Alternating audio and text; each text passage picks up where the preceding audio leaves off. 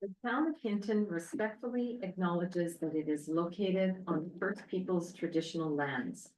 We recognize this traditional territory to show respect and understanding to those who walk this land since time immemorial. Today, we uphold our ongoing responsibility to work together in the spirit of the intent of the treaties with all the First Peoples and nations that call this place home. The town of Hinton expresses gratitude for the opportunity to build a better community on these sacred lands for generations to come. And with that, I call this meeting to order at 4:01. Committee, any additions or changes to the agenda? Seeing.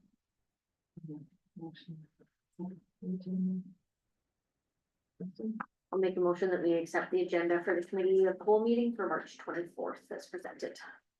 Okay, thank you.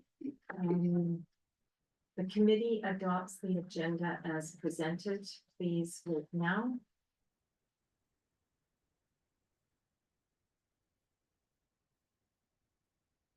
Carried unanimously. I'm not seeing anybody with minute in council. No, there's no one seeing it. So we'll go on to item number 4, reports from administration. 4.1, Hinton Community Climate Resilience Plan. Administration. Thank you, Chair. I will turn it over to the strategic projects team and our presenters as well. So I'll kick it off. Thank you, Madam Chair, and the rest of the committee. First and foremost, I wanted to introduce those who are on screen with us. Due to weather, they could not be in person, but that's to be understood. Safety first. So first we have Ms. Laura Lyons, who is the CEO and the president of the Resilience Institute, a not-for-profit organization that has been working with the town for the last 2.5, 3 years. And with her is Dr. Rushton as well, who's been instrumental in having worked with us on this project. And so at this juncture, I'd like to hand it over to Mrs. Smith to take us through the document, and then we'll have an opportunity for the Resilience Institute to have a comment or two and to give a little bit more perspective on this report. So over to you, Mrs. Smith. Well, thank you. Thank you through the chair to the committee. Just for a little bit of background, just to get this council up to speed with all the work that's been done, and very briefly, April 9th, 2024, we completed a climate risk assessment with TRI. And TRI had come as a delegation for that meeting to present the results of the climate risk assessment for the town of Hinton. That assessment report was 100% funded through the MCCAC, which is the Municipal Climate Change Action Center's Climate Resilience Capacity Building Program. In October of 2024, administration brought forward a report to talk about the purpose of moving forward with the next steps after the climate risk assessment, which is the development of a climate resilience plan. And consensus at that time from the committee was to move forward.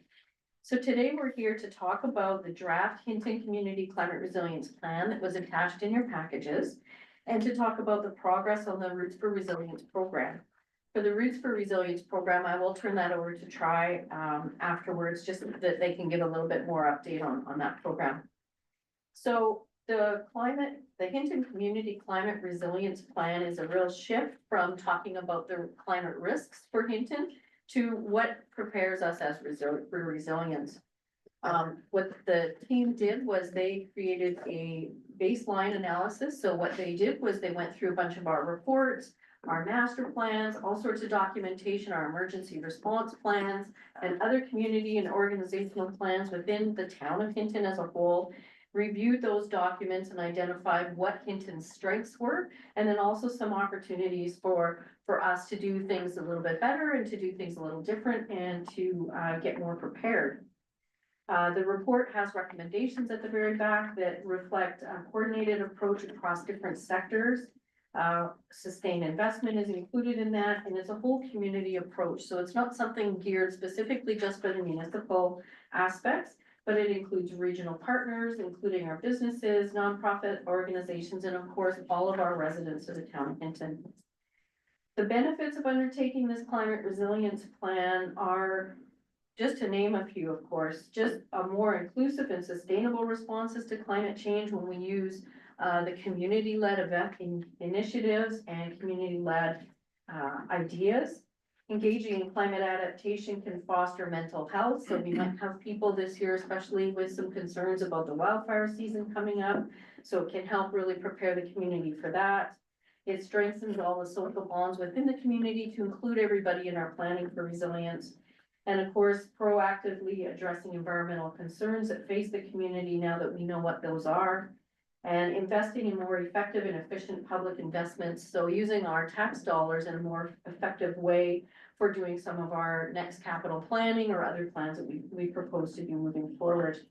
And last but not least, the foundation of this, having all this information for the town with the climate risk assessment behind it and this resilience plan, it really puts the town of Hinton in a better position to apply for grant funding that's coming up now through the government. Could be through the FCM, could be through Green Municipal Fund, just to name a few.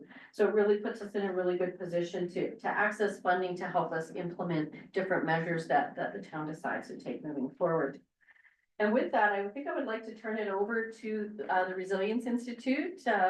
Ms. Rushton, if you would mind taking us through just to show council where we're at in the whole process and maybe talk a little bit about the Roots for Resilience program.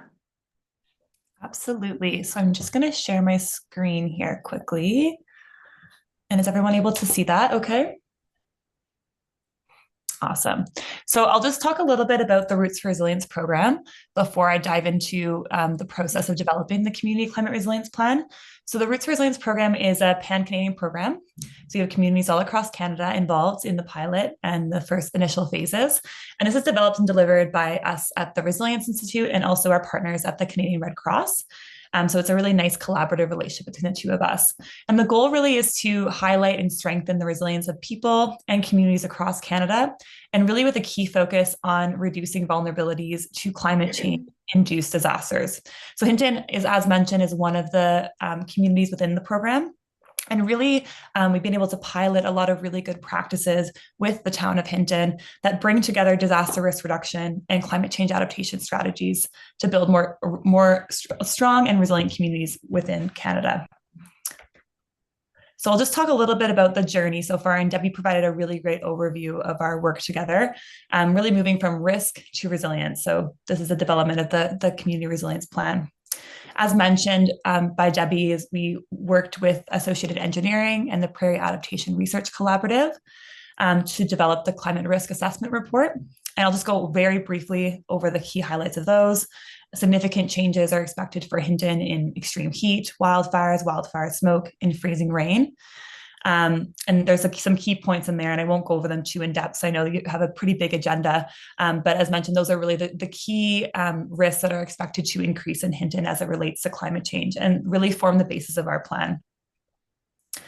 And the next step from that journey was really to go through and build off the Community Climate Resilience Plan. So I'm actually just going to go into our next slide here.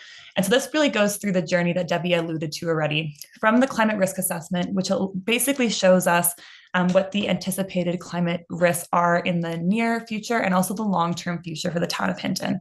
So we take that as really a foundational document to build from and make sure that any proposed strategies are going to meet the new climate reality that Hinton is expected to face with the knowledge that we have available. And climate knowledge is always changing. From there, we really wanted to understand where Hinton is at. And at the Resilience Institute, we always try to build from where the community is at. And that's why we conducted the resilience baseline analysis. And that basically allowed us to see, what are the strengths that Hinton has?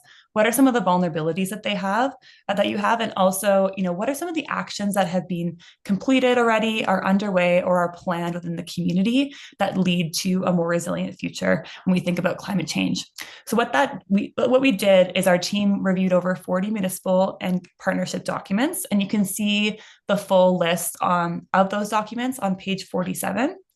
And as mentioned, those were in some key areas. So really looking at strengths. So those are things like, what are the assets that Hinton has? What's the community context that we're working within?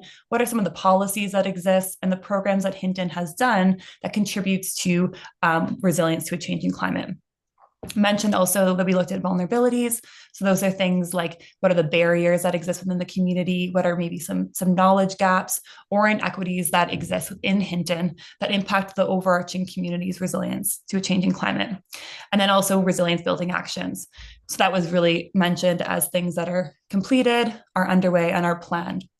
And from there, what we did, and as you can see on page 11 of the plan, and that's where the bulk of the plan really starts, is it really outlines those key 3 areas I just discussed, and then it recommends future actions to really build off of that work.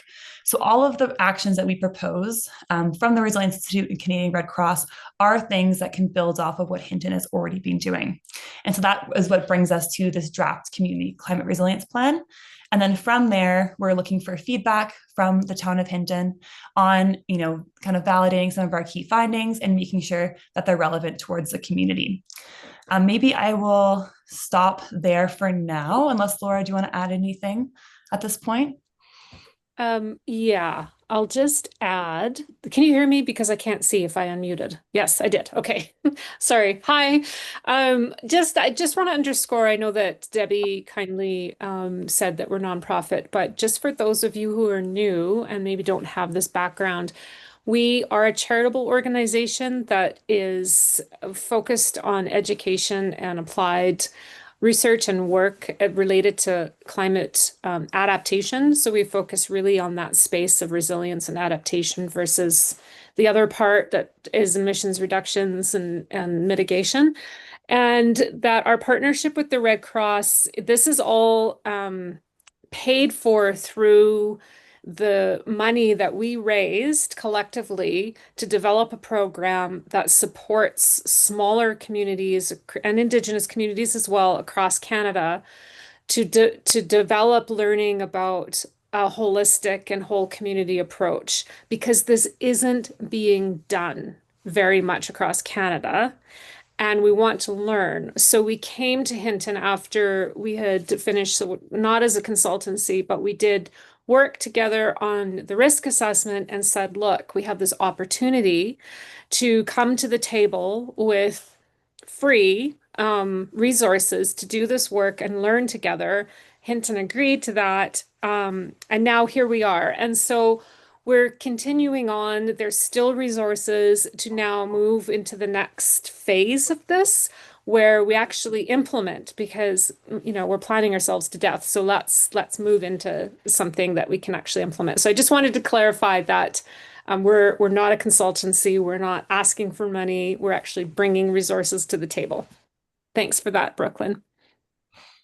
Awesome. Thanks, Laura. I think that's a really key piece to mention as well. And then I think the other thing that I just want to mention before I pass over to Debbie and Winston again, and happy to answer any questions, is we designed this as you'll see the word community before climate resilience plan. And the really key point of this, and if you went through the plan, you'll notice some of the actions are kind of outside of municipal jurisdiction.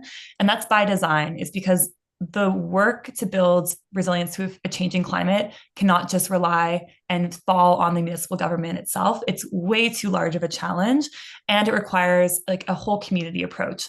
So we really designed this plan to include different facets of the community. That includes individuals and homeowners, neighborhood groups, local businesses, nonprofit and community organizations, schools and youth serving organizations, and even health and social service providers in the community. So as you read through, just make sure you have that lens as well, because you might notice, well, this is a little bit outside of our jurisdiction, but it should be by design. And you'll also see, and I won't go through all of it because I want to give some space for questions, but in the executive summary, we provided basically some high-level overview of what are these kind of key next steps that the town of Hinton can take. Part of that is, building a network within, your own local administration, but also with the broader community to start to implement some of these actions. And also you can see that there's different actions based on those different facets of community, as I mentioned. So we have some for individuals and household, homeowners, neighborhood groups, etc. Same kind of groups that I just mentioned.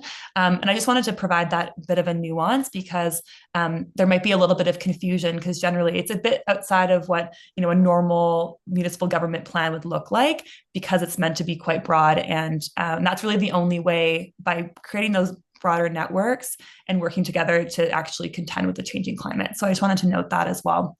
And maybe I'll pass over to Debbie, and if there's anything else I can speak to. And I know that there's a big agenda, so happy to answer questions as well. Thank you very much, Brooklyn and Laura, for that. I think that was all I had. Was there any questions from committee? Councilor Nelson. Yeah, it's a lot to absorb. I think where I'm maybe stuck the most is there's over 100 recommended actions. Which I think if once you get the flywheel going and the right group together and a lot of things in place, maybe that 100 doesn't look quite like it looks for me today, but I think the questions I have is in communities that are most successful with implementing this type of a program, whether to do with climate or other factors, what typically creates the best environment for success or progress? I've usually seen it come kind of grassroots from a community group that's coming to council asking for support, less so council down to the community. So I'll start with addressing that. That's a really good point, because there are sometimes you will have community groups in a community that will do that, but not always. So in this case, we're external, but maybe not, because we worked with community to develop this. There's a lot of engagement with the risk assessment. So I would say that the most successful that we've seen are the ones that take step actions, that don't look at it as a whole, and then it's like, we can't do this, we don't have the money for that. But so a few things that we've seen is a few step actions, and then activities that create momentum and agency. So getting people really owning some of the activities. So one of the things you'll see, well, there's two things that we're doing in tandem with this. One is the Stories of Resilience Intergenerational program that's already underway, where it's getting youth and different generations within Hinton talking about what does resilience look like in climate change. They're doing some education. We also have an educational workshop on how to use climate services going to be launched. And these activities, alongside the deeper planning that council might be putting out there, suddenly it looks more like, yeah, we're all in this together, versus the top down, we've decided to do this whether you like it or not. So it's really about those step actions that engage community members in taking action themselves. Madam Chair, thank you for the opportunity. Just to build on the question from Councillor Nelson, as well as the response that we got from Ms. Lyons. The benefit that you have here, how did we attack this? You've got a lot of information. The idea is not to let council sit with us and what do we do with this right now? Really, it's administration's job to say, okay, when we have future projects, can we weave in some of these top level items? We've already done a lot of work on wildfire. Infrastructure is another opportunity where we can look at future projects to put it through the lens of climate-related action. The other part of this is that council can go to your community and say, you know what our administration has done? We've got a risk assessment of our town. We know exactly, of course, as climate change thing changes and laws changes, so we keep up to date. But this is a good base document. And it's going to be available, it's already partly available on our website, and after tonight it will go onto our website. So you can really take this forward to your community and say, we are proactive, we've done all of this work. If you want to know more, you can talk to the CEO and his team as to what are we doing that is tangible steps forward. And then two more items. One is that we as administration can actually start weaving this into our engineering guidelines, our standards, so that we can have that lens. I understand that this is costly to do if you just want to do climate change as a whole, but we can take progressive steps. The last point here is that insurance companies would look at towns and say, what have you really done to mitigate this? And I think we can stand proud after tonight to say that we've taken some bold steps. Yes, there's nothing actionable here, but we're getting there in the foreseeable future. So I think those are the benefits. You're happy to go through all of this documentation, council, and educate yourself as we are doing, but it's not expected of you to be able to be the expert on it, but do familiarize yourself with it. Thanks, Madam Chair. Councilor Chambers. Well, and I think what Mr. Russo said kind of summed it up a little bit is that, you know, I think as a council, it's a lot of good information. I'm assuming this will potentially help us in future grant funding initiatives, things like that, but do we need to? How do we know as council? So there's a ton of work and there's a ton of reading, and I was here a bit before, so a little more on the other end of it, but you know, what assurance do we have, I guess, from administration that this is going to be a living document? Because it's big, you know, and so to be weaving that into some of the things that we're doing, how do we know that this isn't gonna be, you know, shelved like people often say, oh, good report, what are you gonna do with it? How are you going to apply it? So, you know, is there a plan for weaving this into some of those things? I mean, to say it is good, but what makes this a living document that we're actually going to be using? Because I do think there is, you know, a lot of, you know, potentially good points and a lot of good information in there, but it's a bit of a mammoth to just take and think, okay, how do I apply this to my one role in this one position? How does the town plan on kind of implementing it or holding it in the forefront of somewhere that, you know, people would be considering referencing that as they're going forward in a project or in a engineering document, things like that? Through to the chair, madam, and to the rest of the committee. The way we'll do that, and thanks for the question, the Councillor Kristen Chambers, is that we are going to look at our design standards. We haven't had this open conversation with my colleagues in the CAO yet, so I'm a little ahead of myself, but allow me just to set the scene. That is how we will remember, we will be front and center about climate related impacts that we could have in the town. That's one way. The other way would be through OBCs or business cases that council will see each year, where the colleagues in infrastructure may look at it through a lens and say, here's an opportunity that we could really harness 0.111 of this document. And this is how council will be kept updated. You're at liberty to ask us as administration, the senior leadership, how are we doing with that quarterly? You could do that as well. And we can give you an update whether we are going to update our guidelines, where we at. So there are many angles that council will have an opportunity to see that this document will live and be updated. Because what we have is a snapshot of today, and climate change is not an exact science. And I do want to caution that this is not about us trying to turn the town of Hinton into lowering our GHG reduction by 2% over the next 10 years. That's not what we are focused on here. We're focused on that which will have a local impact. There's also a regional component to this, where we can go to our regional partners if they are developing on our fringes. What does that mean to us? So it's more of awareness right now, and the action will follow through the mechanisms that I've highlighted, and there's many more that can come. Through the chair, just the other piece of this too is I think with a document like this, you're gonna look for opportunities that it can fit within. We will likely be looking at a project related to our area structure plan, our infrastructure master plans, and really what this document looks at is the future of what the infrastructure is or what will need to be sized to in order to accommodate for, you know, for things as they change. You know, it talks about the size of stormwater management plans with the increase in precipitation. We have a stormwater management master plan that talks about where these ponds are going to be located, making sure that we're ensuring that those, you know, as an example, those ponds are going to be sized accordingly now, and they're going to be, you know, when we're building it, we're thinking about what are they going to need to be in the future as well. So it'll help right size our infrastructure as well. So I think there's going to be a lot of opportunities that we can take this and that can assist with creating those plans. Mayor LaBarge? Well, that pretty much ends. My question was next steps. I mean, it's so it doesn't sort of just stand at that esoteric level. So you've answered. Thank you. If it's okay, may I add just one thing on the next steps part? Because we have some money to be able to put towards a next step.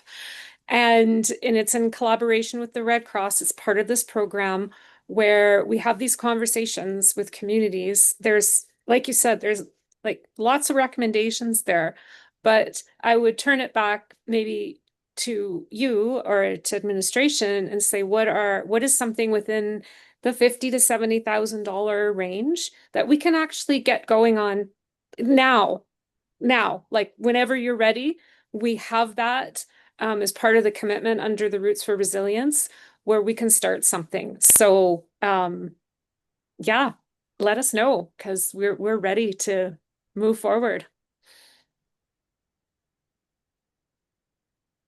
Any other, Councilor Nelson? Yeah, so, this is all very much up my wheelhouse. I've also been, through a 4-year term, with, kind of the tail end of the community sustainability plan and the committee that went alongside of that. And, a lot of the conversations were the same, as about grant funding, about, bringing the community in, living documents, and then ultimately what it kind of turned into was almost a council report card. And if people looked at it and they said, well, there's 100 things and you guys have only done 2 of them, why did you approve a plan of 107, 108 different things? I'm concerned about the living document. It took 2.5 years to get this document. Really tough to have it be a living document.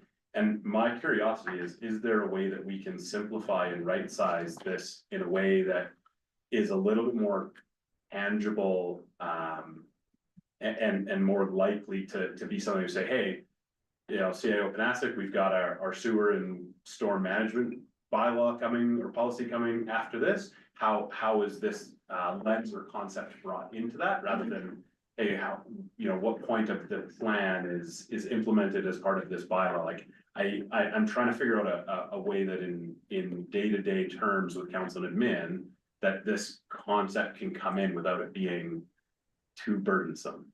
So that was really. No, that's so important. And actually, so one thing we've done, we actually even have worksheets where we do so the next stage is planning with departments about what is achievable within a 2-year plan versus so it's 2-year, 5 years or longer. And then you chunk the things. So one way you could do that is take some of those early actions, we call them, that are achievable within 2 years. And you could say, these ones we're going to look at doing, we're comfortable with those, we're going to put some efforts behind those. And then the rest of them remain as, we're going to revisit this in 2 years, or we're going to revisit this. We're not going to lose sight of them, but we're going to revisit them. So they're different works. And Debbie and Winston, I can send you those so you can see what they look like. And you can all see them. And I did want to just mention that with the funding we have, it's pretty flexible, because I keep hearing like that accountability part, like how are we going to move this forward? What are you going to do? What about like grant writing or whatever that looks like? And you could even apply it to a person if you needed somebody to help coordinate. That is an option too. So just know that it is quite flexible with how it gets used, depending on what you feel is needed to move on some of this if you so wish to. No, I'm good, actually. You're good? Okay. Okay, Councilor Nelson. Yeah, only because there was dollar figures brought up. To me, if at this point in where we are as a council, and we're really trying to figure out what we're doing with massive infrastructure debt, a couple major projects.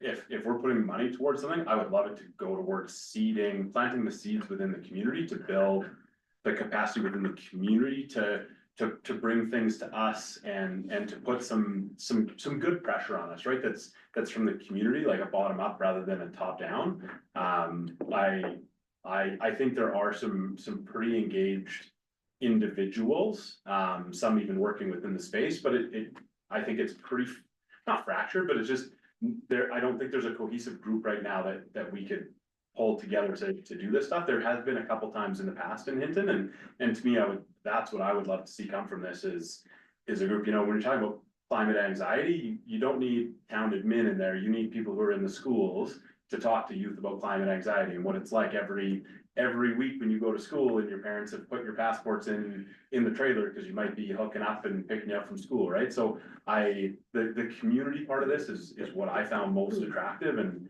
I think has the biggest opportunity for credibility and have the right people doing that work. So that's just my perspective on it, and I appreciate that. Thank you. Anything further comments? Do we need some direction on this or? Yeah. Okay, council, looks like. So we're gonna need a motion to bring this back as information, or we're gonna bring this back to regular council meeting. Is that what you're needing from us? Yes. Yes, please. Councilor Chambers? I guess my question is the $50,000 to $70,000 of potential funding that's available for, I don't know, let's call it a deeper dive or simplification or whatever that Laura brought up.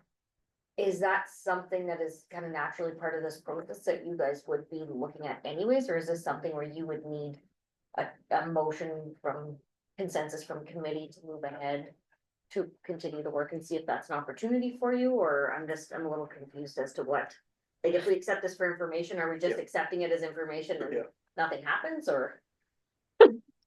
We don't need a motion. What we don't need a motion in order to trigger the use of those funds. What we do need is that the decision that's made to be community informed. I know that's really broad. So what does that mean? Is it council informing? Is it a group informing? Is it administration informing?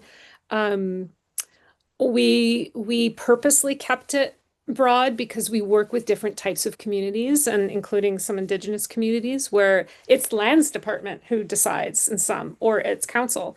So I think in this case, we would defer to you to decide how you want to make that decision about who should be next. Should we be working with planning on that, administration? Should we be working with the school? How do you want to see that play out? Do you want to have a different kind of meeting where we're having a more of a planning and digging into this more? We're really open to what really works for Hinton the best within your structure. Thank you, Chair. And I would say that for now, if you could just leave that one with us. I think that there's still some more work that, we want to talk about when it comes to this. We're not looking for any decisions, but we will be having a conversation with the Resilience Institute about this and what the next step might look like. Karen Bart? So I move then that we accept the report as information. That committee receives the Hinton Community Climate Resilience Plan for information. If you could please vote.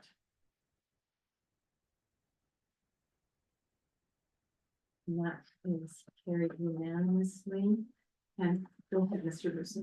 Yeah, since we are just about to move off this topic, Madam Chair, I wanted to just put out a thanks on behalf of administration and to take the liberty of council as well, to thank the Resilience Institute for the team, for the work that they've done.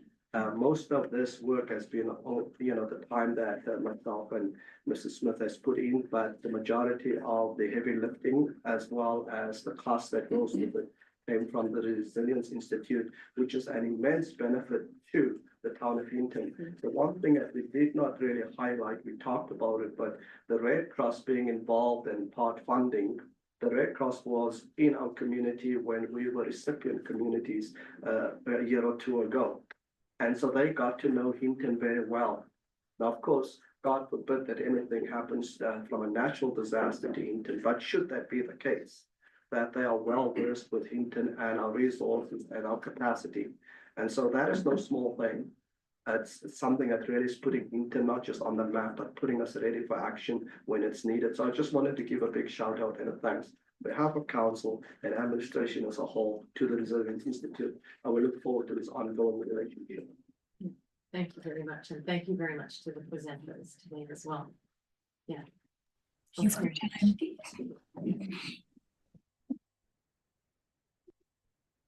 Okay, well, we'll move on to 4.2, protection of privacy policy AB 1208. Karen, that will be Ms. Bourbeau. Thank you, committee.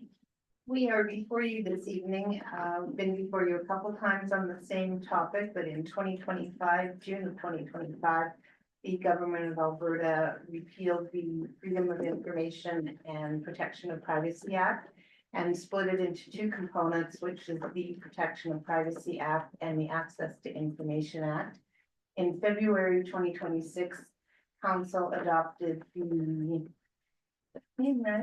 the Access to Information bylaw, as well as the action to Access to Information policy. So the third component for our privacy management plan is the protection of privacy policy, which is before you this evening. This is the policy that will drive how we are transparent and keep information safe, but as well as gives individuals rights to access their information as well. This, barring any other government additions or amendments to the legislation they have put out, this will be the third large component. Any other policies or any other directives that go through will be internal documents to make sure that we're managing this all correctly. And this evening, if there is a will of committee, we are just looking for this to be moved to a future meeting of council. Okay, committee. I have a question. So under levels of service implications, and I'm just curious, how onerous is this? I mean, talking about slowing down projects, slowing down operations, how onerous is this? Due to all the committee, if we put it in place correctly and we train staff and we have all of our steps well known by staff, it shouldn't really impact. It should be the same as it was before, but there is going to be a learning curve to it. We're not reinventing the wheel. Much of what has been before council for the adoption of the previous policies and bylaws is taken directly from legislation that the Alberta government. So we're adopting our plan to be in complete alignment with their legislation without looking to reinvent the wheel on that. So I feel quite confident with the, once it's in place and everybody has kind of gotten used to it. It took a while to get used to the Freedom of Information and Privacy Act, that we will not have a lot of stumbling hurdles, but there will be a learning curve. Okay, that makes me feel a bit better. So upfront training makes sense, but when I read that, it seemed a bit more ongoing than I would have thought, but thank you. Councillor Dunn? Yeah, I'm just curious, with the ongoing staff training, would that be in-house, like somebody here be doing the training? Through the committee, we will try to do that. We have a very strong legislative and corporate initiative department, so we're going to try and do as much of it as we can in-house. But there will be some external training undertaken by our legislative services folks. Thank you. Councillor Nelson? Yeah, on, under responsibilities, and there's 5.3.7. That talks about, it's the administration leadership will report any new systems. I'm just curious, why that would only be at the leadership level instead of the responsibility of all the employees. I'm sorry, I haven't thought where you're looking. So it's 5.3.7. You're on the policy. Oh.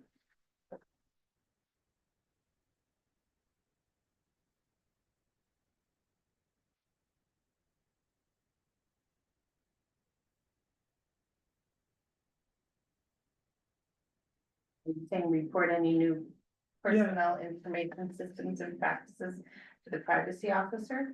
Yeah, so like in practice, the way my head was thinking about what that meant is, you know, if somebody decides to utilize a platform to do a survey at FCSS that's collecting emails and stuff, would that have to go through the leadership team to utilize that software or tools or POS or any of those sorts of things? And if not, then if just the average staff implemented a different way of collecting any sort of payment or information gathering, then the responsibility, to me, it was just a gap, like.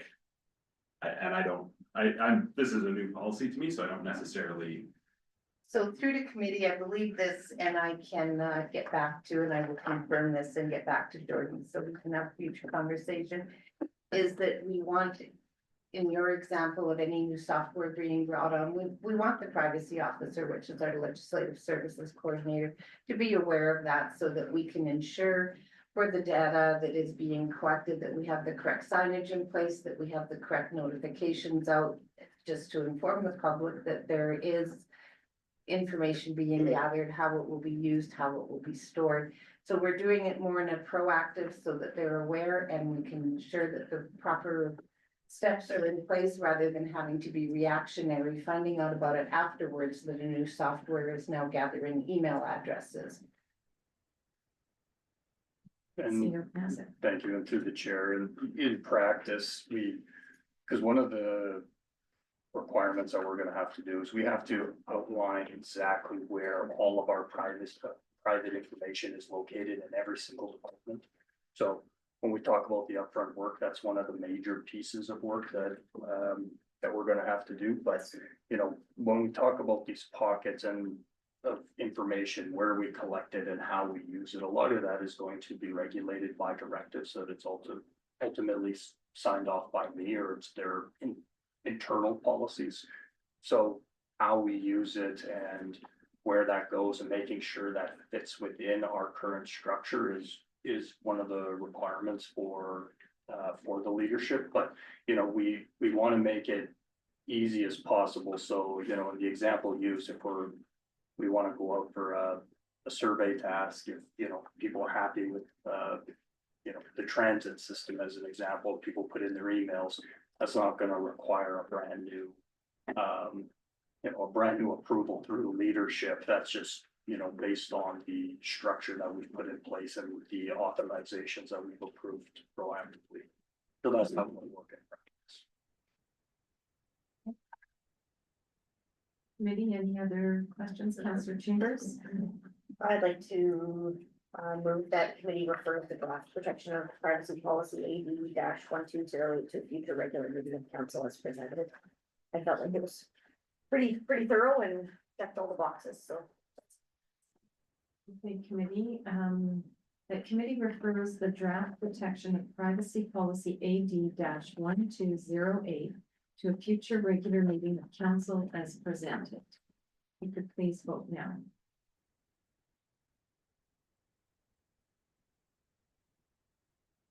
And that is carried unanimously. Thank you, everybody. We're gonna move on to 4.3 sewer and wastewater bylaw, number 2006, and sanitary sewer backup policy number 36. Thank you, Chair, and that will be Mr. McLaughlin. Good afternoon, committee.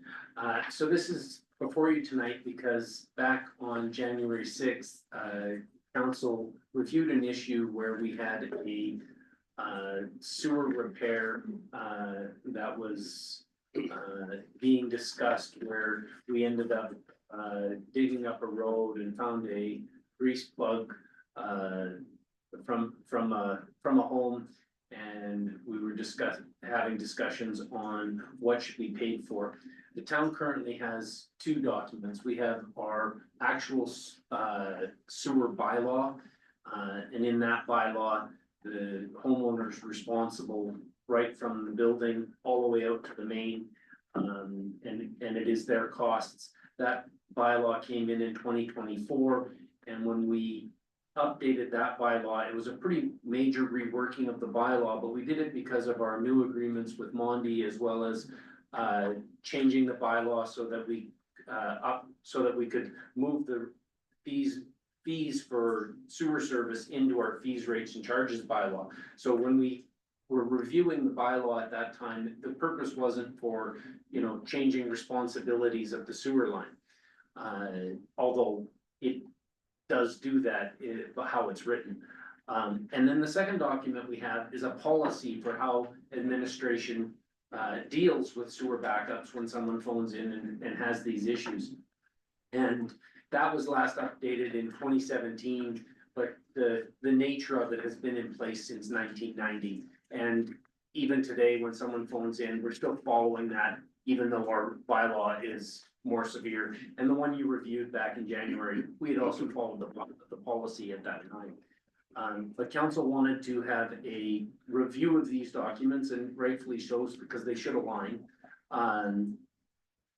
But as you give us direction for how you want to see the two documents redrafted and brought into alignment, what I would say is there's generally two things to look at. There's location along the line, and you can use the location as a determination for who should pay or who shouldn't pay. And your choices in location could be from right up at the building itself. It could be on private property, defined by property lines. It could be on either side of a CC that, but that's water. We don't have CCs in our sewer. What's a CC? It's the water shut off on your stuff. So you could, yes, and so you could still use that as a location, even though there isn't one on the sewer line, but the sewer and water are generally beside each other. So there's location you could determine on who pays for what by location. And the second what item you can use who pays for what is by what caused the backup. Did the line break? Is the line out of alignment where things get hung up on the gap? Was it something someone put down the drain like grease? And so you could then use that as a determination for who pays. So once we align our documents for who pays, really there's only two choices. There is either all the taxpayers pay for a repair or a individual taxpayer pays for a repair. That's generally the two choices and how you're cutting it. And depending what council directs, that could have an impact on our budgets. If you put more responsibility on the town, that causes us to spend more money and the individual resident will save money. If you put more responsibility onto the homeowner himself, that will potentially either stay where we're at currently for level of service, or it will cause us to decrease our budgets. And I think that generally outlines it. That'll take any questions. Counselor Dunn? So if we change it to the framework, the nature and type of block in terms of responsibility, would that have changed the outcome of 186 Sutherland? Through the chair to Councillor Dunn, no, it would not have. That would be in alignment with what we're currently doing with our policy. Like under our current policy, if you caused the blockage by putting something down your drain, as was the case in this. I mean, it was unfortunately that this was a new homeowner and it was the previous homeowner that had done those things. But a blockage caused by that means the homeowner should pay for it if you determine that the nature of the blockage determines who pays. Thank you. Marilyn Birch? I thought at 186 Sutherland, it was that we could have steamed and augered and we ended up digging up the road. That's essentially what happened there, and I think our decision was, well, I guess why would the homeowner have to pay to repave the road? And so it seemed to me that that was sort of a progression of assessment. So, I mean, with that in mind, this probably wouldn't have. I mean, if we go forward with this, that won't have changed that outcome. Is that not the case? Through the chair to the mayor, in that particular case, we were operating on the determination of the plumber. Right. That was hired by the homeowner. You know, and we will always find surprises when we dig. Yes, we could have handled that a little differently. We could have had the homeowner sign off before beginning to dig. That would have at least solidified that. So we, you know, we were in a hurry to get his sewer back up and running and missed that step, which we shouldn't have. So you're right that, it could have been partially avoided, but if you stick with following the nature of it, there will be times where you don't truly know the cause till you have opened it up. And all of a sudden, it could be not what you expected, and it could be the homeowner instead of the town, that is on the hook for it. If there's no question, I wouldn't mind asking the question, You're the boss today, you can ask whatever you want. I wanted to ask, do you think that, this could have been identified by a building inspector for the homeowner that was buying the home? Because I'm just wondering if it, with something like this, if it could have been, part of the inspection that would have maybe avoided this, or is that something that is tough to determine? Through the chair of the committee, yes, it could be. I don't think it is common practice in the town of Hinton to do a sewer line inspection as part of a home purchase. It certainly wasn't done when I purchased a home here 3 years ago.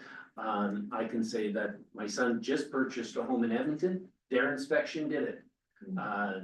It was put forward as an option by the inspector and he elected to do it. So yes, it could have, but it's not typical practice here. Okay, yeah, thank you. Mayor Birch? So the 100% property owner, so from the edge of their building to where it ties in to town infrastructure, they're responsible for that. But with the nature and type of blockage is gonna happen in that section of pipe, how does that change? I don't understand. Like you're saying, you could drop the budget by 80 grand if you do that. Aren't they still responsible for that chunk of land? I mean, what would be the instance? Give me an example of where that one is different from the other. We have a lot of clay tile pipe in town right now. And a lot of those failures are happening right where the clay tile ties into our sewer line. And when those are breaking, we're fixing those at our cost. If you did the change to the 100%, those would now be on the homeowner. Okay, that makes sense. Thank you. Maybe any other questions I or? just have one quick Councillor question. With the plumbers, we had talked about doing training when we had the first discussion. Did they have that training? Through the chair, no, they have not yet. We were waiting for the outcome of this discussion to see if anything major changes before having those discussions. We thought it would be best to, get a determination on council and their direction that they're heading before meeting with them and aligning our expectations and having those types of discussions. Okay, thanks. Okay, Councillor Nelson? I'd like to seek consensus that the committee directs administration to amend section 8 of sewer and wastewater bylaw number 2006 to follow the framework that nature and type of blockage determines responsibility and revise sanitary sewer backup policy to align with current sewer bylaw and return the sewer and wastewater bylaw number 2006 and sanitary sewer backup policy 38 to a future council meeting. Correct? It's in the way it came up on the motion is committee of the whole. Do we need that to come back to here again? Through the chair, it depends on your preference. Obviously, we're going to take this back and rework both documents to be in alignment, and it's just whether or not you want to see them or if you're comfortable seeing them for a final time at the regular council meeting. So Council meeting on me. Yeah, so my motion will end with to a future council meeting. I think it's close enough that once you just do the editorial stuff, I feel confident that if it's not where we want it to be, we'll amend it on the fly in a regular council meeting, which is always great. I'll Get us nowhere. I'll maybe leave that. Did you? Good? Or do you want? No. Okay. That committee directs administration to amend section 8 of sewer and wastewater bylaw number 2006 to follow the framework that nature and type of blockage determines responsibility, and revise sanitary sewer backup policy 038 to align with the current sewer bylaw and return the sewer and wastewater bylaw number 2006 and sanitary sewer backup policy 038 to a future regular council meeting. Okay. You could please vote now.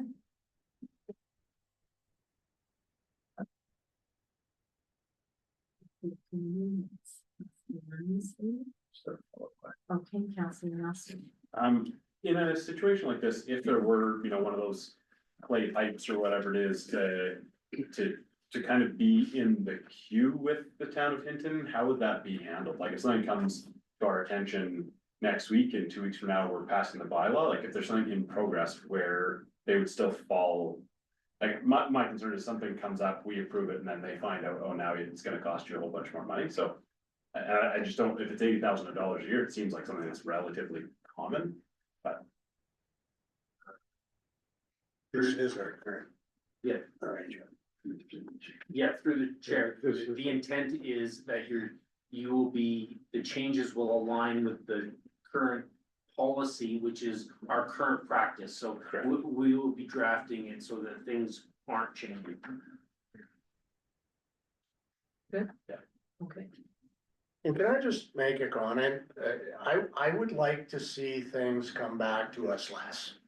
Like, there's things that we've looked at 2 or 3 times and if we're gonna make any progression forward, I think, you know, let's bring it to the regular council meeting. We've had it, we trust you guys, and I'd like to see us begin to progress on some of these things so that when we get to the strategic plan, we've got time to actually do some of that stuff.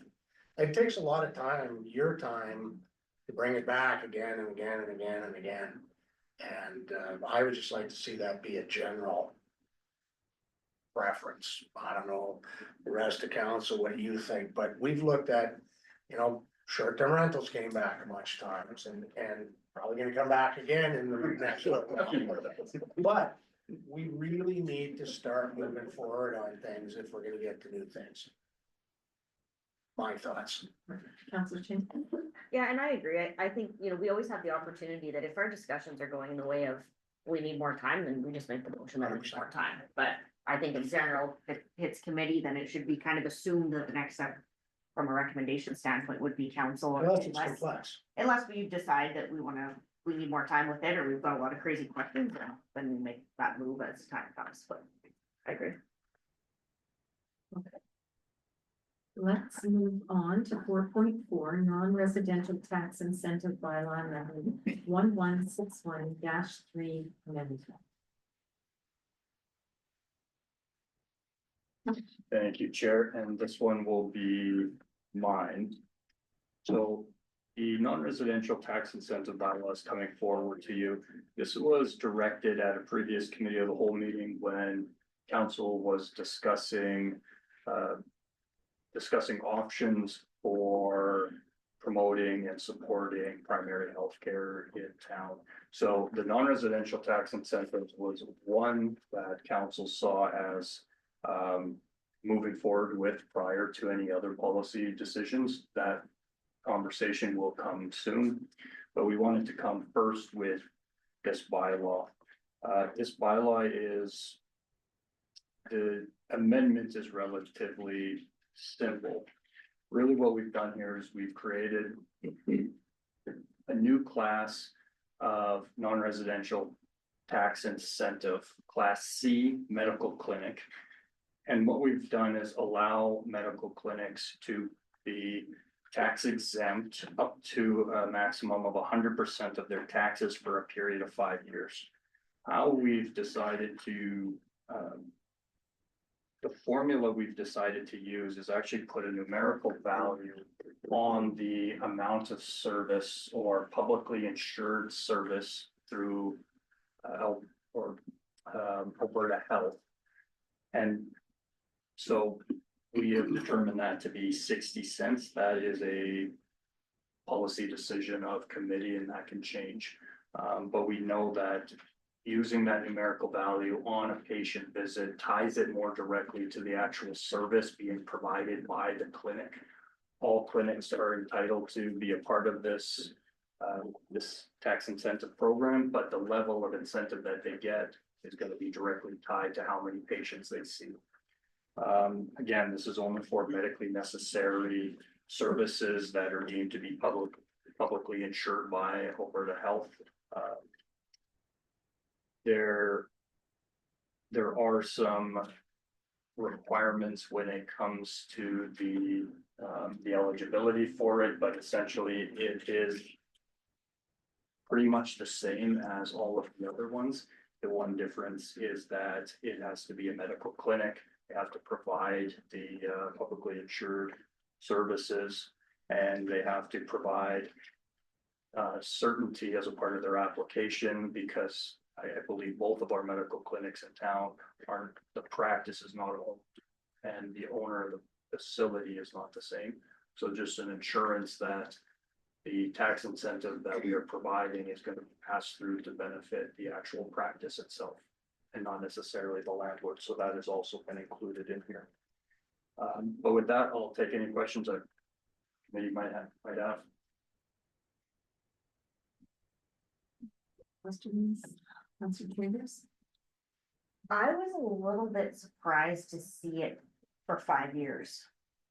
That was, I mean, I don't know what I was specifically expecting, but I think in my mind, as I had thought of it as long as they were eligible, because this to me looks like we're trying to attract, I mean, we are trying to attract doctors, and if somebody wants to open a new clinic, great, but it was also to help the current clinics that we have on whatever that basis is. So essentially right now they'd be able to apply for it based on that 60 cents on the dollar or whatever rate up to a maximum 5 years. And then they're not eligible again. But as soon as we put it in, they could theoretically be eligible up to that 5-year plan, and then that's it. Correct. So as a part of the amendments here, they are entitled to one only. Now, council and committee can also make that change to say they can continue to apply, and there's not a moratorium on just the one. The 1 5-year term. The 1 5-year term. So they could, in another 5 years, if council would like, we can amend it to reapply after 5 years and get it again. So if they apply and they qualify based on year one or their previous year's billings or whatever we're doing, then they're qualified for a full 5 years at that point based on that 1 year, or they have to submit every year? No, through the chair, the way we drafted it is it's a one-time application based on a full calendar year of patient use applied against a static number that we've applied against it. So once you've qualified, we determine the level of tax incentive that you're going to get for the full 5 years. We didn't require them to come back every year and submit patient data and then reconcile that. Again, that was done just for the, I would say, administrative ease for both the clinics and for the town. But we could certainly look at, at committee's direction. There's nothing to say that we can't implement checks and balances throughout the course of that term. Councilor Dunn, and then I'll put myself in. Okay. So based on what you're saying, then if we're using the numbers based on, or that they submitted with the first application, if those numbers go up or down, it doesn't matter. Correct. Okay. So my question is a little bit similar to Councillor Dunn's, and that is that because Hinton is actively looking at promoting more doctors to come to our community, I feel that if we are successful in that, whether it goes to either clinic, then that will make those per visits go up. And because one clinic is having a maximum of visits that qualify for the tax incentive, if we were successful in attracting more doctors to the other clinic, would they not have the opportunity to then resubmit for a larger incentive? Does that make sense what I'm asking? It does, and through the chair, we can always include that in the bylaw. As of right now, it isn't. And a big part of that is, you know, for the amount of administrative work of getting all of the billing data, for what is for a fairly small amount, you know, we didn't see that it was worth it to go and to do it consistently. And it'll depend on where you're currently at when it comes to usage when you apply. But you can get more than 100% of your Right. municipal taxes. So, you know, I think for some, it may be worth it. But as of right now, that isn't an option that's included. It's a one-time application. Thank you. Maybe any further questions or comments, Councillor Dunn? Well, we have other service providers like physio, dental, eye care that submit mental health services for certain situations. Would they qualify for this as well?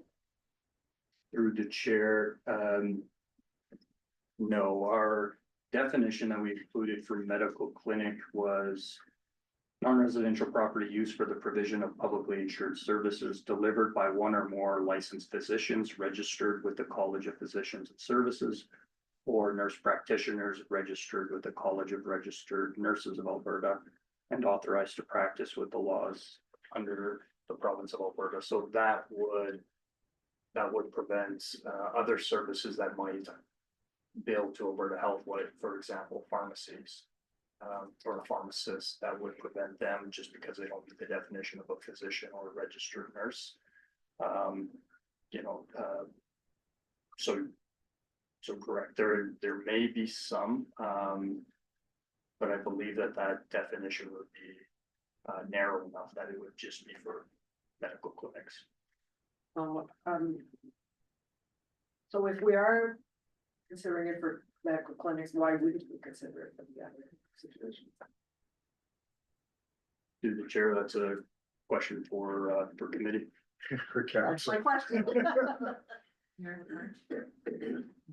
Because we have a doctor shortage. I mean, I think the other operations are functioning businesses. And I mean, it wouldn't, and whatever we don't collect from those businesses, we have to collect from citizens. I think we need to be prudent moving forward and incent the things we want to see change.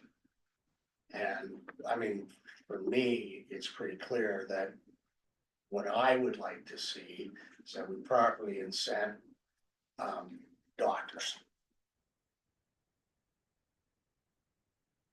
Councillor Nelson, did you have a comment? Yeah, for me, I'm pretty comfortable with where this is. I like it being as focused as possible, and I hope in 5 years, there's no interest in renewing it because the doctor situation is like, for me, I'm always thinking of ways to off ramp, and the more broadly we open up and more different types of services can utilize it, that makes the off ramp even more difficult. So not that an off ramp is looking imminent, but I hope that, you know, even towards the end of our council term, I hope that there's some other levels of government taking the right amount of responsibility and proactive nature to attracting the types of professionals that we need to take care of us. So I appreciate the way it's been done, especially with the per patient part of it, because I think it equalizes it and makes it as fair as it can be without having to worry about how much real estate costs and all of the other things. So I'm pretty happy with this as it stands. Thank you. Mayor Labarge? I'd like to put up a consensus, Jen, that to seek consensus, a committee to include language that at the option of the applicant, they could look to increase their, I don't know, what's the right wording? I mean, at the option of that clinic, they should, I mean, if they get 2 more doctors and they can remove the rest of their property tax, I think that falls with what we're looking to get done here. So I think at the option of the clinic, They can resubmit. yeah, they can resubmit information to increase their allocation.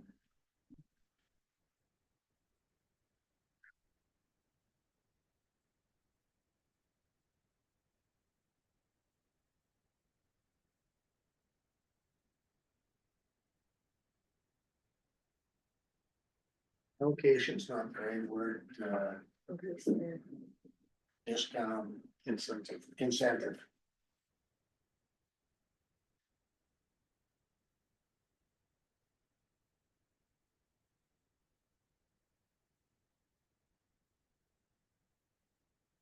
And if I could just speak to it, I mean, you double the number of doctors, you know, you can get rid of the rest of your tax. I think that meets what we're looking to do here, and I think it's fair. Okay, Councillor Nelson. I'd like to seek consensus for an amendment to it. No more frequently than every 24 months. And if I could speak to it, I would rather them have a little bit broader approach. There's a lot involved with administration to carry it out, and what you don't want is they get a doctor, do all the stuff, come back to us, and then 2 months later, they get another doctor, come back. Like, I don't want it to be burdensome, and whether it's 24 months or 12 months, I'm pretty open to it, but I just want to make sure there's protection in place that it's not. 12? I can make it 12. I'd have to be happily with 12. We could even change it to annually then if you want to go with 12. I was gonna say biannually, but that means. I don't know if that's every 2 years or crazy. Councillor Chambers. I would support annually, like I think that if the theory I think of this is that the burden is on the applicant, not as much on the town. So the town isn't gonna say, hey, it's tax season, you guys, do you have any more information to give us? It's if they approach you and say, hey, I think this is worth our time and effort to collect all this data and submit it to the town of Hinton, because we have this huge insurgence of doctors we just got in. I think that's good, but I would say no more than annually. That would be a fair minimum, I think. Mayor LaBerge. And me and Seattle and Asic spoke about this earlier today, because I said, how onerous is here? Can you sort of update your comments you made to me? Sure, through the chair, I don't believe that it's really all that onerous. The biggest thing that we need is for the applicant to provide their patient visit data, but as a part of their practice, they have to combine all of that and send it to Alberta Health anyway. So it's already tracked. I think it'll require obviously a little bit of work on the behalf of the owner of the property, because it is the assessed person that must apply for tax incentives. So, there's gonna have to be a little bit of a working relationship with the practices and the landowners. But, for the most part, we believe that the data is readily available and it can be easily submitted. That made me feel better about it. Okay. So now it's then we do two different votes because we've got the amendment. Oh, it's a friendly amendment, right? I'm fine either way. It was pretty friendly. I think that's an improvement. You don't want it to happen every 30 days. That does get to be too much, and I think that's a better way to do it anyhow. Okay, so I'll just wait for Jen to put this up.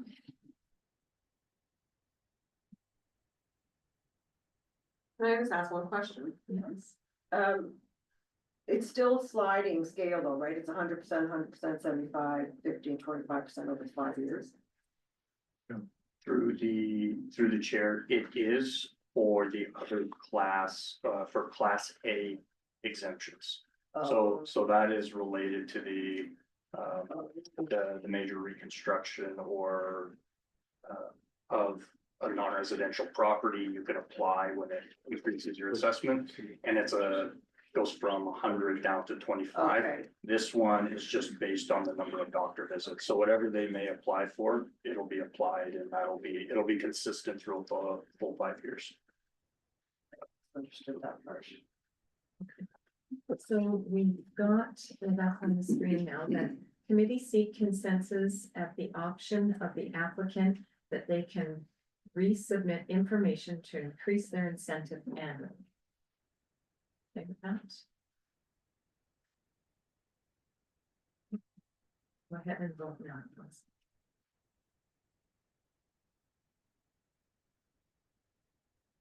Okay, and that's carried unanimously. What an agreeable Councillor group. Chambers. I would like to put forward a consensus that we request an option be added for application for a second 5-year term. I think we're still playing the long game here.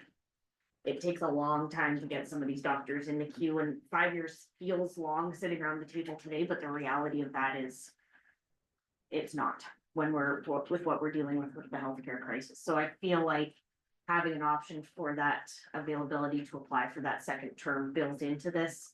I mean, I would be maybe agreeable to, maybe it's not 5 years necessarily, but I really feel like with what we've seen over the last while and the length of time for recruitment and all of these things to get traction, I feel like that ability to apply for a second 5-year term with new information would be prudent. Committee and Councillor Nelson. Yeah, for me, with what I know today, I wouldn't be in support of that, only because I would love to know in 4 years what it looks like and update the bylaw then. If we now are basically saying in 2032 that they're already able to get a second 5-year term, to me, we just don't know what the broader picture looks like at that time. So for me, I wouldn't want to commit to a second 5-year term when there's nothing coming up within 5 years. And I'd much rather see a mandatory review of the tax incentive bylaw, no later than 20, whatever 4 years from now is, just so we're making decisions with more information. 5 years ago, this wasn't an issue at all. And now it's a huge issue, and I hope that 5 years from now, it's less of an issue than today. So thank you. Councillor Chambers. And I would just kind of counter that with saying that I think when we met with the doctors, a lot of what we heard is that they want long-term stability within the business structure is one of the biggest incentives that we can provide. Them knowing that we have a community that says, hey, we're gonna support you in a way that we can and that makes sense. And I think giving the options, and even if we are looking maybe a little, it doesn't preclude it from coming back at a different time if we needed to do that. But I do feel that long-term structure and having that baseline of municipal support is important for the doctors in the conversations we have. Councillor McLean. Yeah, I just wondering then we would have to change 10.1, or says this bylaw expires in 4 years.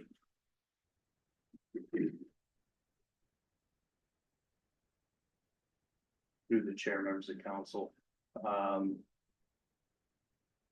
We likely will, and it somewhat depends on when we allow medical clinics to apply for the 2nd-year term, because we do have to be very specific in this type of bylaw of when we're going to authorize them to, because once you approve even conditionally this type of bylaw, it doesn't matter if the bylaw is in place anymore or not, you've made a legal commitment to them. So, we could let it expire in 4 years and they just gonna have to apply before the expiry, but I'm thinking we may want to have that conversation, but I can take that back and maybe take a look at it again. But we do have exemptions A and B that were due to expire, and I believe that the intent originally with this bylaw was that it was going to be temporary. It was call it a temporary kickstart for non-residential properties. So council will have to decide if we want to extend that fully or just extend the Class C exemptions for medical clinics. Yeah, well, to follow up, that kind of solved the problem with Councillor Nelson and Councillor Chambers has, is that we review it in 4 years, right? Or whoever's sitting around the table in 4 years, and if there's a need for it, I'm sure the council at that date will make the proper decision, right? So I think we just look at the violence. Mayor LaBerge. Can we write like a sunset clause into the bylaw? Because really, and I'm along the same lines as Councillor Nelson. I think if it's necessary, it'd be great to have it there, but this is imposing $100,000 bill potentially on another council. And I don't know that that's particularly fair if it's not required, so. I mean, is that, can we do that? That there's a, you know, a mandatory, I guess, statutory requirement to review this at some point, so that it doesn't get dropped. And to give clinics time to review and counsel. Yeah. Through the chair, I would recommend that we just make sure that, well, we can do it through the expiry or through the review schedule. You know, we'll have it in the bylaw, and this one will just be one that we have to make sure that we're on top of when it comes to review schedule. Because we know we're moving into another section or another period of allowing these tax incentives. So let me see what I can do with that. We also may, you know, I'll underline may be able to specify for the second tax exemption, you know, council has to look at the bylaw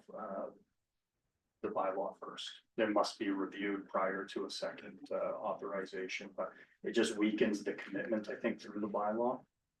Because if we put it in there prior to the second round of tax incentives, everybody's just going to be waiting to see if it's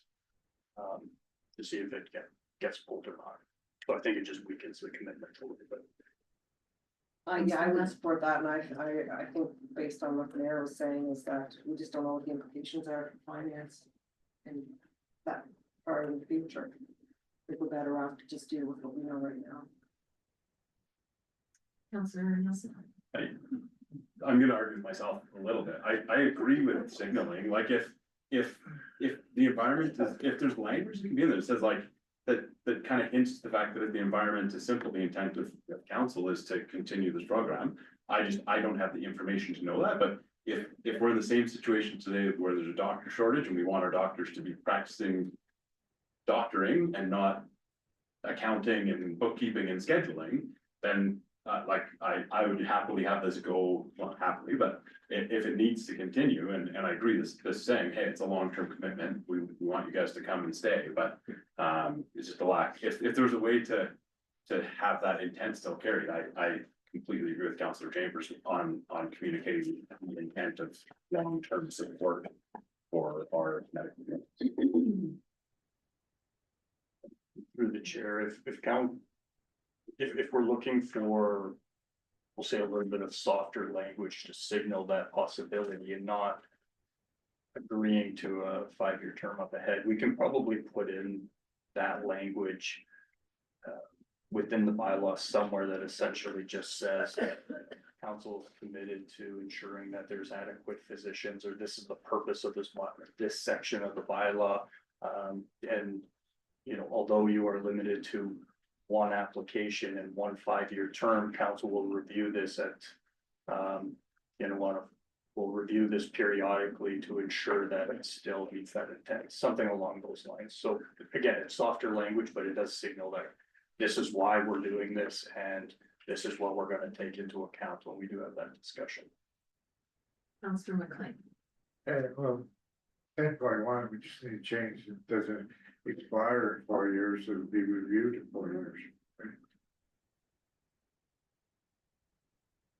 Do you need to respond, or that's okay? Councillor Chambers. Can I friendly amend my own? It's yours, I think. There's nothing more for you. Just checking if anyone has. So what if we went like that committee seek consensus that language be added regarding future firm reviews? Future, I don't know, something to that effect? You can help me. Cause I think when I see it come back, I would like to see some language around the fact that there is a possibility upon review that this isn't just dead. And as long as that's something's in there, then I'm happy with that, but I do think about that long-term. This is, you know, if you need this, we are going to consider this upon review, but I don't know how to word that. Language added, bylaw review. Sorry, I'm just under. Possibly just based on doctor doctor availability or. Based on current clinic. Based on current. Community healthcare status. Yeah, I think that works, and we can take this back and wordsmith it a little bit. Current community healthcare status. And then take out the 5-year stuff.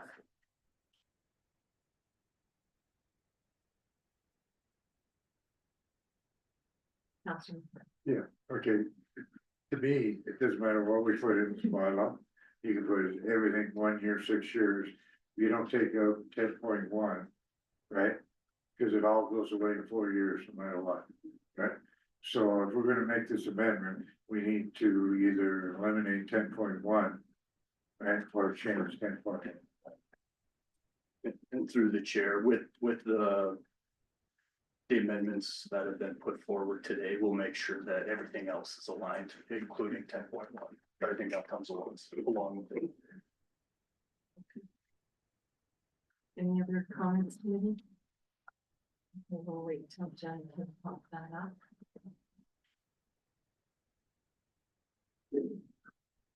Okay, that committee seek consensus that language be added for bylaw review based on current community healthcare status. Please vote now.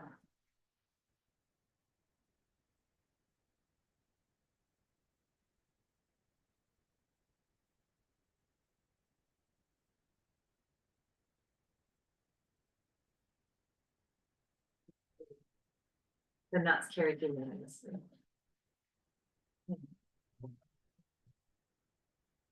Okay. Councilor Nelson.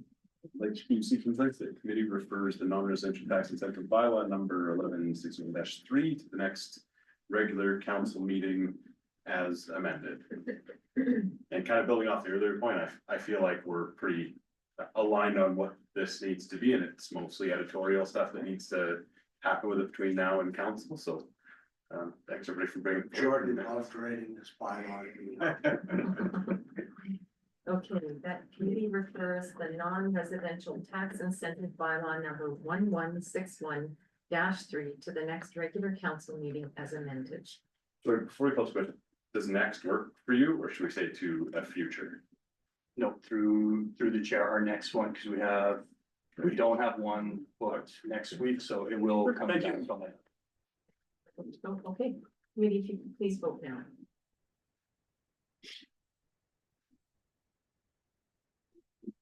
Okay. And that is carried unanimously. Okay.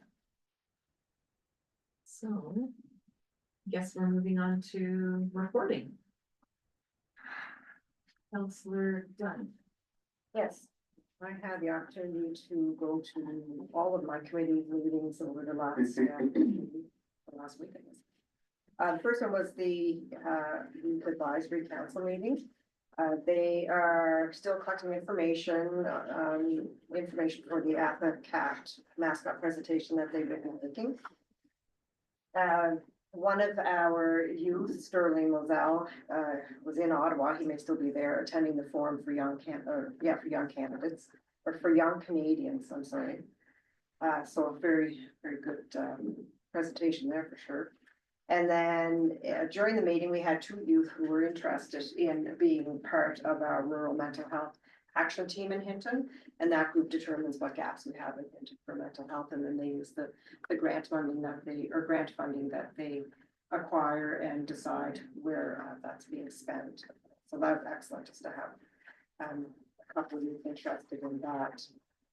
And one of our other youths, Sabrina Crespang, she was in the Joseph and the Amazing Technicolor Dreamcoat, and she made a comment how supportive Hinton is of theater, and that they actually sold out 4 of the 5 shows for that place. So excellent.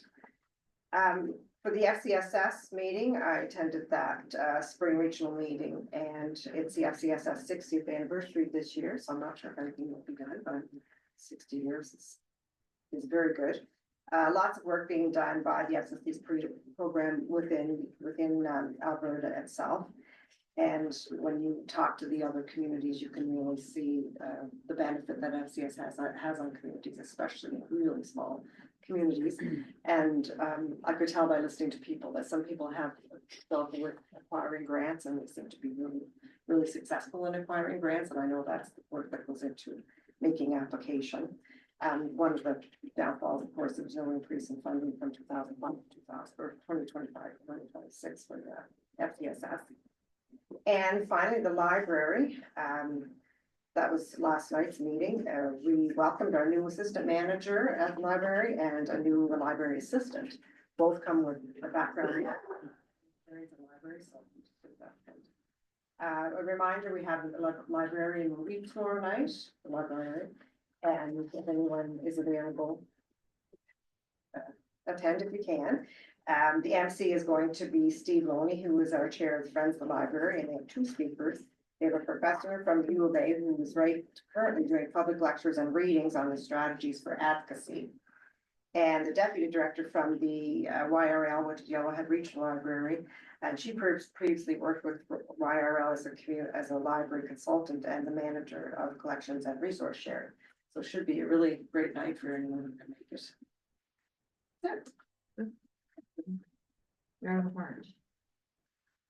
Well, I'd like to thank administration for their week or their work at the strategic planning sessions last week. It went, in my mind, it went really well.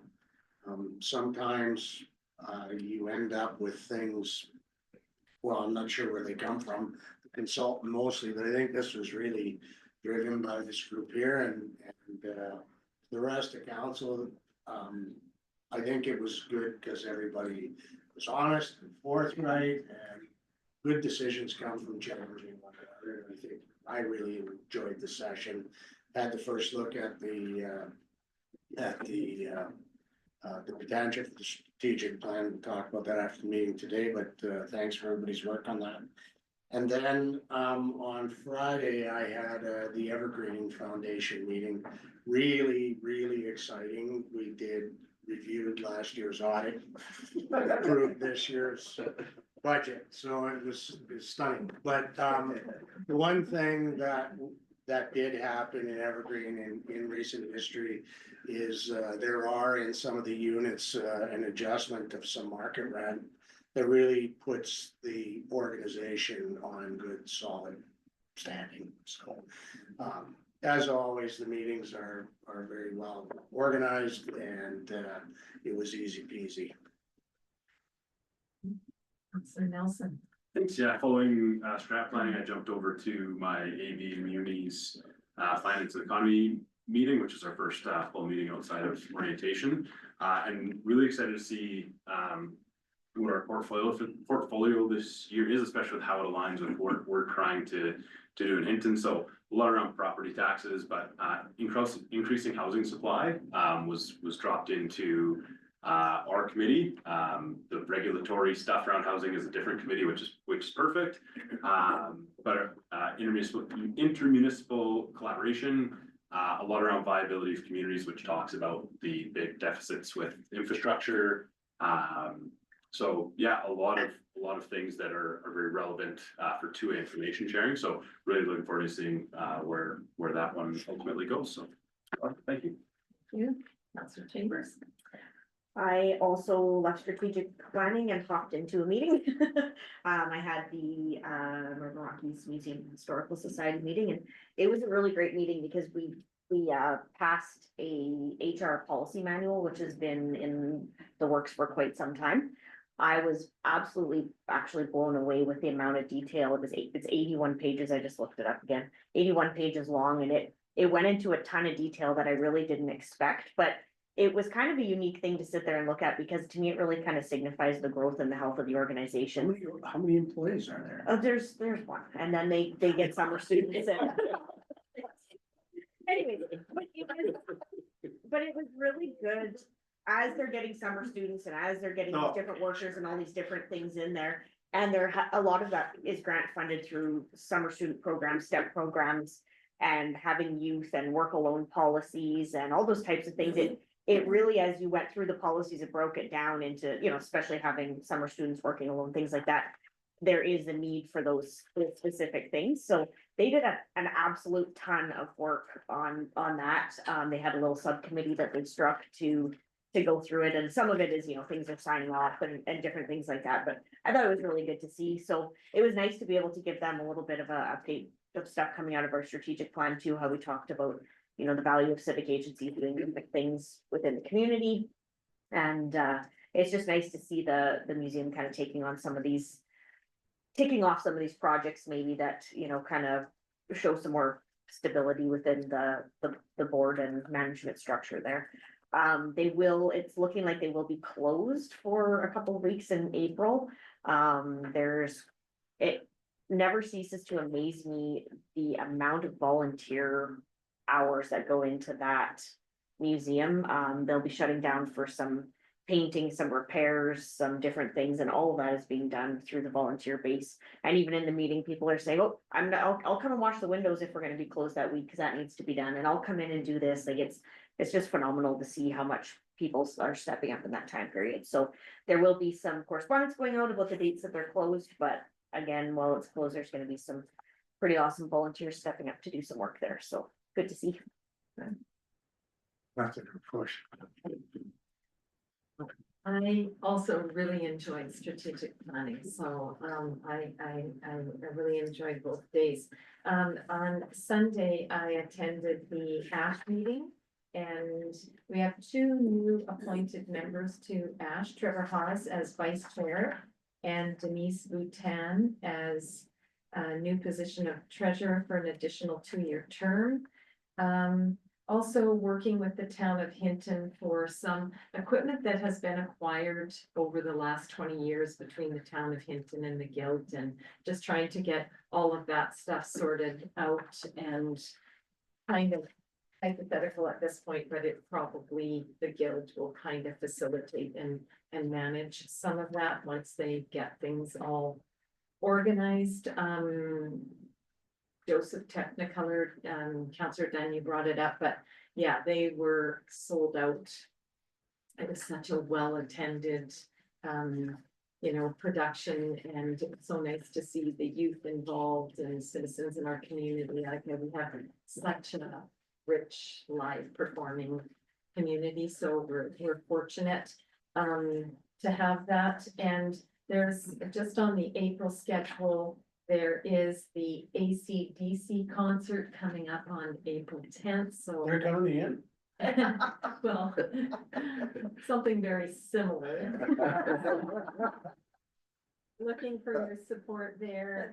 Then we do have a psychic that was here last year that was very well attended, that will be coming over 2 days, April 15th and 16th. And then we have the dance drop off, our local dance, not their year-end recital, but kind of like a little competition that will be going on April 30th. So the calendar is a little leaner for May, but then things really start to ramp up again. So yeah, and that's all for me. So administration. Thank you, Chair. We do have the council action pending list in front of you, so if there's any questions on the in progress or the completed items, please let me know. Can I do ask now? Please. Okay. Okay. So I went through this action list, and I love action lists. Because I feel that's how you get things done, and you hold people accountable. And I really understand some of it because I was part of it, but some of the other ones, I just feel like maybe could come off, or maybe we could provide us a little bit more information under the additional comments. And I don't want to go through all of them, obviously, but I just want to point out a few, if you're looking at it. So the very first one actually is Council Direct Administration to send a letter to Adventure Immersion Lab advising that monetary sponsorship will not be provided, and recommending that the organization contact the DMO. Like, is that not done? I'm asking because I think the next part of it was actually completed. I'm just asking. I had the same question, and you said, wasn't this dealt with? Yeah, because some of the stuff I think, okay. Yeah, and that one will be, Okay. Just wasn't taken off the list. Okay. okay, yeah. It is done. Okay, thank you. And then, so then the third one down, that council direct administration to investigate options to diversify delivery of hit and listens, public responses. And bring a report to a future committee of the whole meeting. I think I asked a little bit about that, this one before, but again, like. Is there more to be done with hint and listens?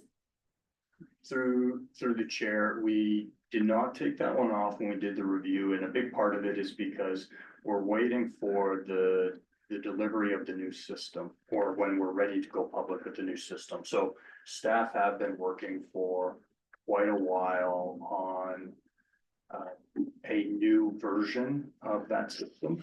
And we're just starting to do some staff training. We're just starting to work out some of the bugs right now, but we will be ready to go public with this relatively soon. And at that point in time, we figured that this one could be taken off because all of the things that are really talked about within that motion are covered under what we'll provide.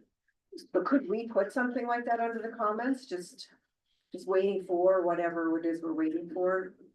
But just for my own, I'm hoping everybody's, update, and then I'll just bring one more up. I mean, I think you kind of get the idea of what I'm thinking. The final one on that page, that committee direct administration to return an FCSS strategic plan to a future committee of the whole meeting.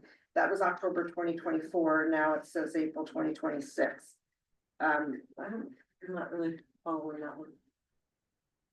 Correct. So through the chair, this one was in relation to the FCSS levels of service. So when council approved the FCSS level of service, we made a motion to come forward at a future date to do the FCSS strategic plan. We didn't want to do that with just because we were coming into the tail end of the previous council term. And we wanted to make sure that this council had their opportunity to talk about their overall objectives before we got down into any departmental specific planning. So that one's been intentionally put on hold. Okay. Okay.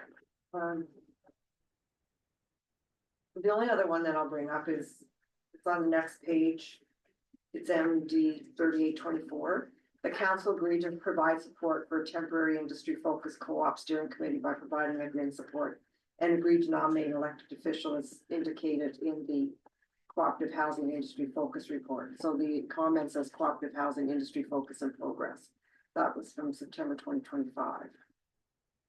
And then the next one is kind of a follow-up, is to appoint the mayor to the co-op housing steering committee, maybe that. And through the chair to committee, we'll be ready to update that one relatively quickly. But really at the end of the day, we'll likely just bring those forward to likely be rescinded, as they're not going to be actioned in the same way that we had originally thought when we made those motions. So we have, we haven't lost sight of it. We have still been putting out some, some feelers to our industry partners who we had in mind for this specific initiative, but we will in all likelihood come forward relatively soon to council to probably just rescind the motions.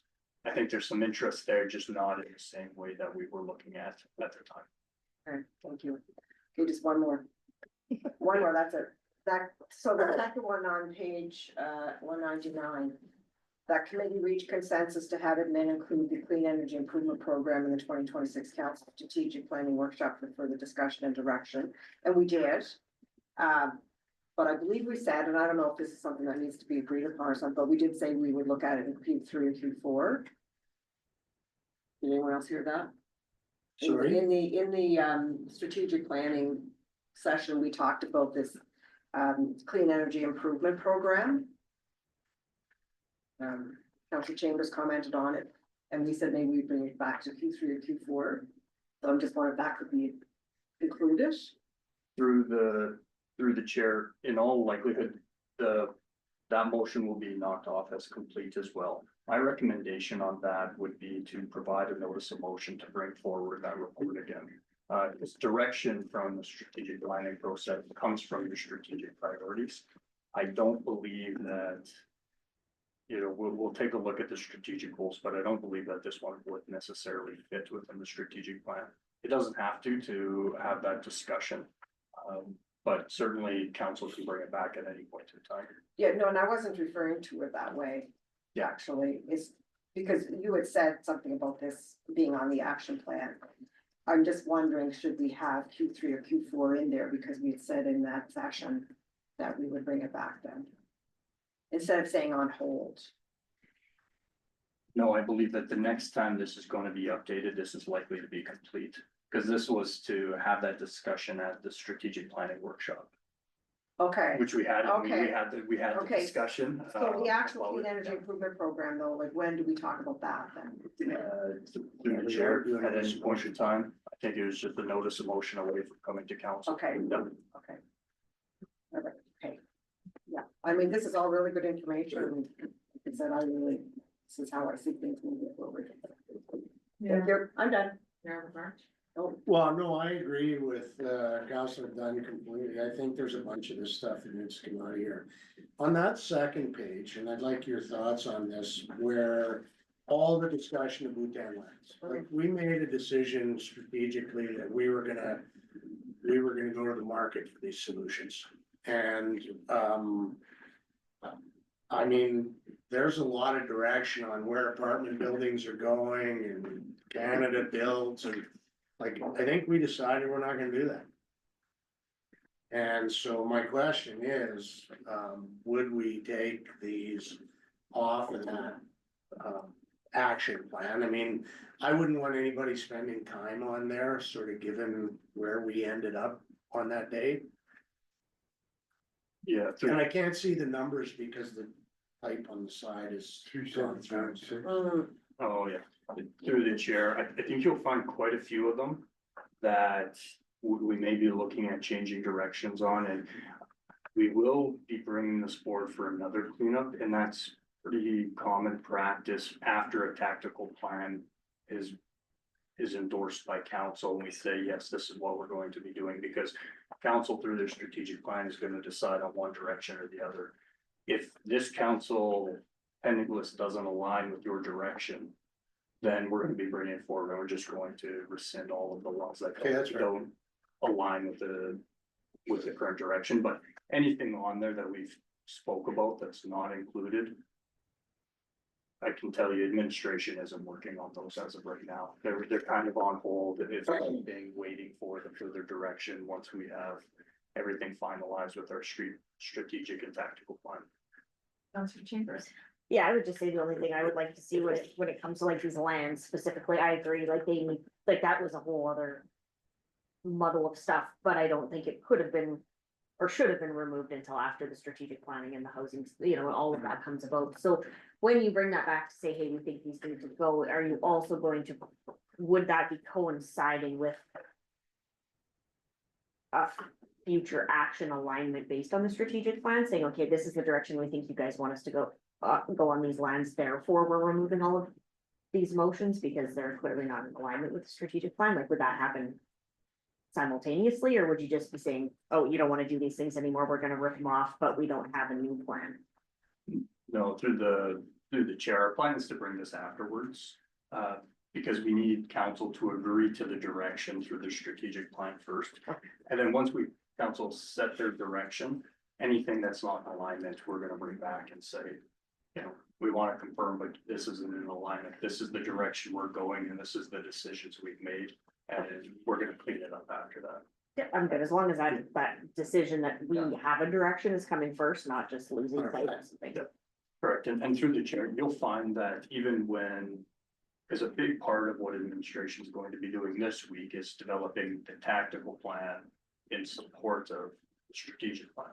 So council's decided the direction that we want to go, administration has to get together, and we gotta decide what are the steps that are needed in order to get there to accomplish those goals.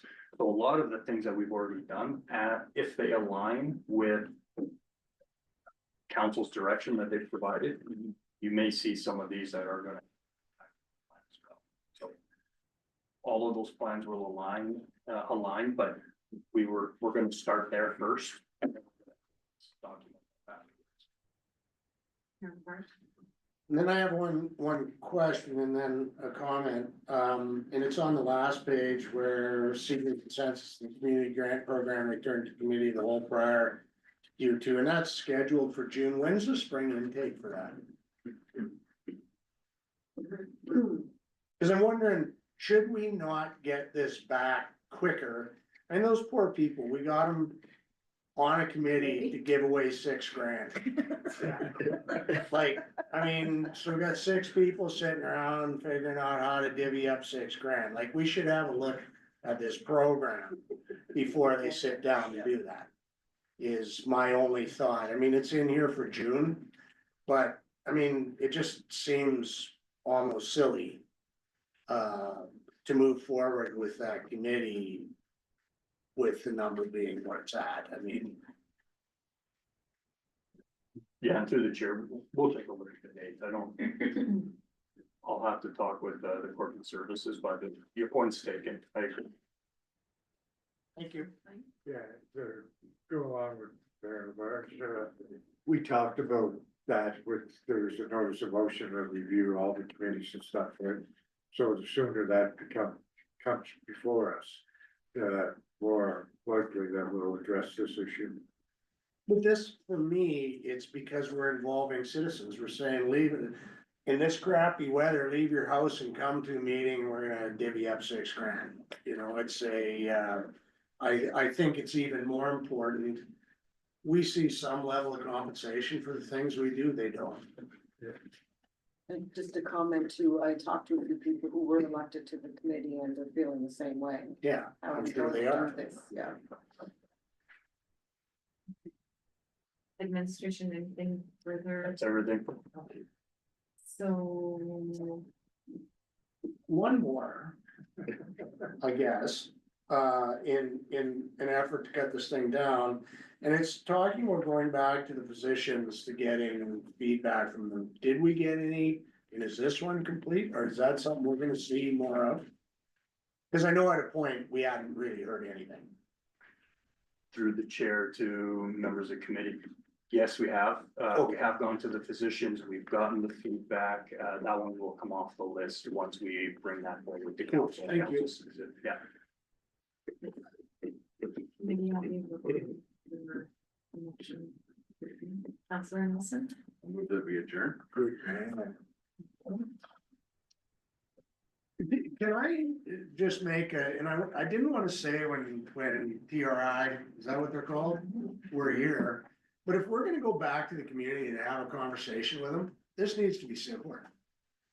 Like that document, if you go to a community group and say, hey, here's this 147-page report, written at a level that most citizens don't operate at, just if we're talking to them, can we make this say, listen, we just wanna talk to our citizens about this?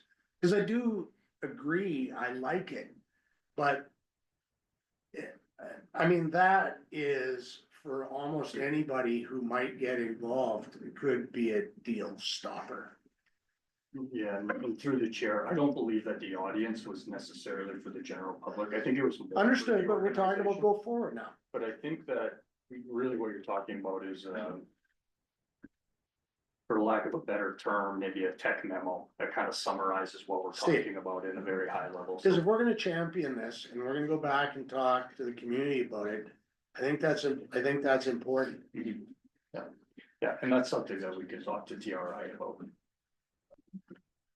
So we do have a motion to adjourn the meeting. I can. Yeah. Okay, the committee adjourned the meeting at 5:53 PM. Please vote.